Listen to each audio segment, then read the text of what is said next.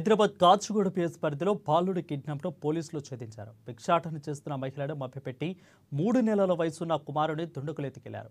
దీంతో వెంటనే పోలీసులను ఆశ్రయించింది బాధితురాలు. సీసీటీవీ ఫుటేజీని పరిశీలించిన పోలీసులు ఎట్టకేలకు కిడ్నాప్ను ఛేదించారు. కిడ్నాప్కు పాల్పడిన ఇద్దరిని పోలీసులు అరెస్ట్ చేశారు. పిల్లలు లేని సంధ్యారాణి అనే మహిళకు ఓ బాబును అప్పగించేందుకు 6 నెలల క్రితం దుండగులు అగ్రిమెంట్ చేసుకున్నట్లు పోలీసులు వెల్లడించారు. ఇక ఎట్టకేలకు పోలీసులు రంగప్రవేశంతో కిడ్నాప్ వ్యవహారం బెడిసి కొట్టింది.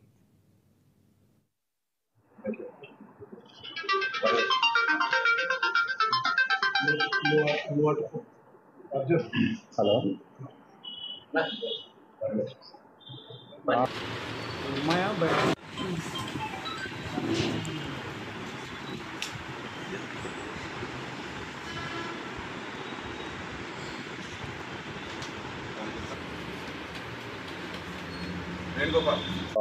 ఇట్లా అడాప్షన్ ఇప్పిస్తాడు అని ఆమెకు సంధ్యారానికి చెప్పడం జరిగింది.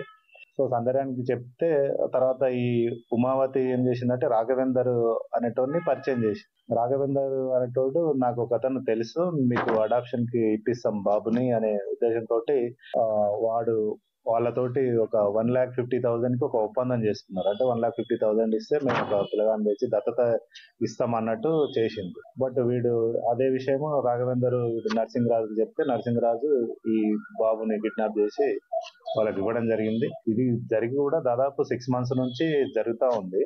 అంటే ఐ మీన్ వాడికి వాళ్ళకు పిల్లలు లేని పేరెంట్స్ ఎవరైతే ఉన్నారో సంధ్యారాణి వాళ్ళకు మేము 6 months నుంచి తెస్తాం అని అట్లా జరుపుకుంటూ లేటెస్ట్ గా ఈమె షాపింగ్ కి వెళ్ళినప్పుడు అక్కడ ఈ బాబుని తీసుకొని వెళ్ళి వాళ్ళకు ఇవ్వడం జరిగింది. దీనికి సంబంధించి వీనికి దాదాపు 1,30,000 ముట్టినాయి. ఆ 1 lakh కూడా దాదాపు జూన్ నుంచి తీసుకోవడం జరిగింది. అది కూడా వాడు ఖర్చు చేయడం జరిగింది.